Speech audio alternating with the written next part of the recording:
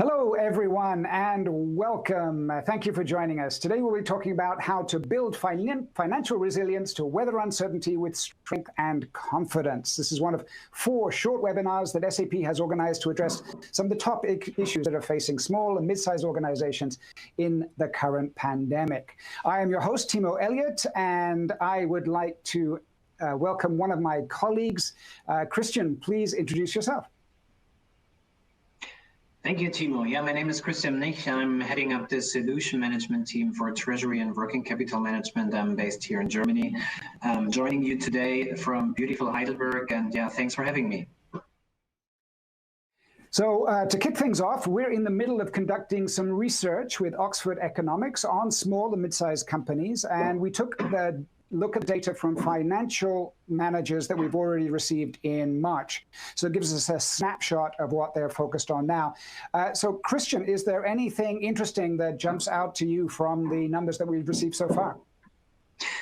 Well, so if I'm looking to the survey, it's not surprising to me having risk management as top of mind for everybody that is running a finance organization these days. That does not surprise me, given the fact that lots of risk these days are resulting out of the topic of liquidity management. I would see that in a similar way. Of course, I'm also seeing the importance of managing spendings, in particular in those days where you may enter into liquidity gaps. I totally agree, and I can imagine that this represents the audience quite well. So you are out there talking to customers. What are some of the issues that are top of mind for them in the current environment? Yeah, so let me start by saying this crisis, what we are seeing these days, is different compared to other crises we have seen before. So I was in the business already back in 2008-9, where we have seen the finance crisis, for example. What is different this time is that first, it's a global crisis. It's not industry specific. It happens everywhere, and first time ever, it really impacts the workforce. So, and this is something what organizations need to consider, how to make sure that they can also protect their workforce, that they can continue their business operations.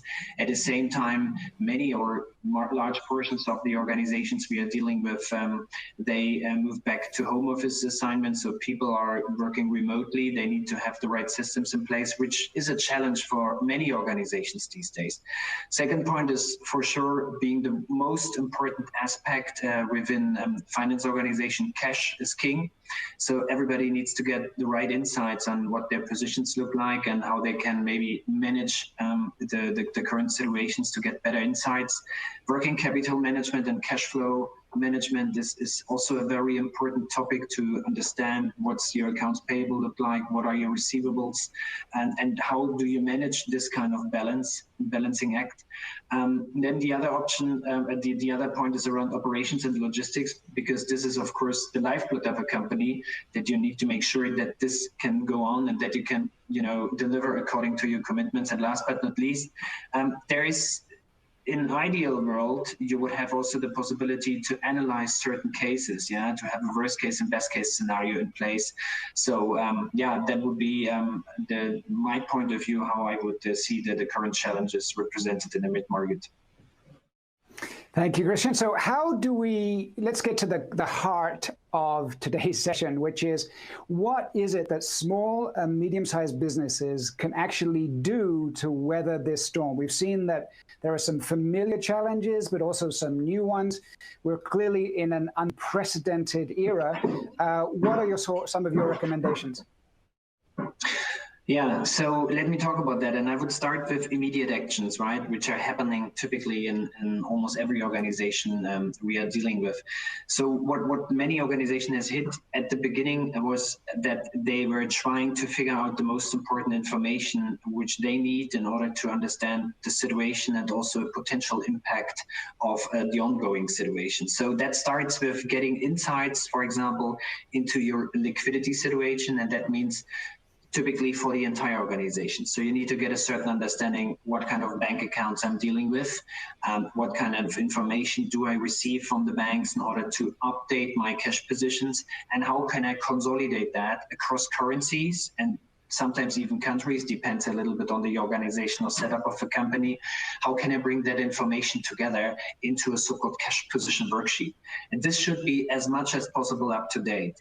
Best practice shows that those clients that are running really electronic banking standards, for example, with their bank partners, receiving bank statements and status information in real time, they have, of course, an advantage. The reality shows that many organizations need to pull those data from various sources into a single systems of record to have that kind of visibility, which takes time and which is always a little bit of a challenge because you are behind the real-time information. So once you have consolidated the view, it's probably already outdated. So the other point is then once you have understood your finance status, you need to provide also a little bit of an outlook. So you need to analyze your typical incomings, your typical outgoings, in order to provide a cash flow forecasting statement. That is what we call that typically for 10 to 12 weeks, because this is needed for discussions you may have with funding partners, with your bank partners. Also, if you apply for government programs and stuff like that, that is absolutely important and immediate action that every client needs. The second point is around the liquidity gaps, which is typically an outcome out of the first exercise, the immediate action I was talking about. And what is meant here is that, typically the organization needs to understand what is the risk portion out of the fact that I may falling short with my incomings, having the situation that my customers are not paying in time. So it makes sense to analyze the payment behavior and to start with an 80-20 approach by looking, to the big tickets and trying to make sure that you get those inflows managed, to provide you the right level of liquidity. The other portion is then on the outgoing side, having an understanding what are the payables you have to deliver, which can be maybe delayed to certain times. This includes topics like tax payment or stopping investments for a moment, and making sure that only the most important aspects are being managed in those times of a crisis. So that is also very important. And then last but not least, if it comes to the situation that you need to pull additional sources of liquidity, typically customers are trying to benefit from credit lines that they're receiving from the banks, additional credit lines that they can make sure that they can ensure the funding for the next period in time. So those are the topics around liquidity management and how to really get the right level of information, how to prepare for the next step. And last but not least, that's about workforce and remote management.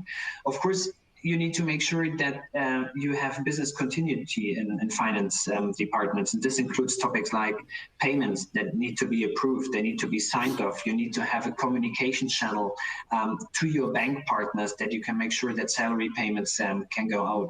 Also workflows that have been established that they can still continue, and that you try to avoid go away from certain policies that are in place, because this is another type of risk that may come in. And then last but not least, if you consider that maybe your workforce might be partially infected by the virus as well, it makes sense to have certain key stakeholders in a way managed, that you have substitutes announced, that you can make sure that the most critical aspects of a company can be continued. And this includes, for example, topics like having a CFO and a deputy in place, just to give one example. So clearly it's working on what is most strategic and urgent, but also trying to get transparency. I know, for example, that many SAP partners are working with their customers to provide more analytics in the cloud, where people can bring together the data sources they have in order to get a better view of what's going on. So let's look forward now. Even in the midst of disruption, we have to keep our eyes firmly fixed on the future.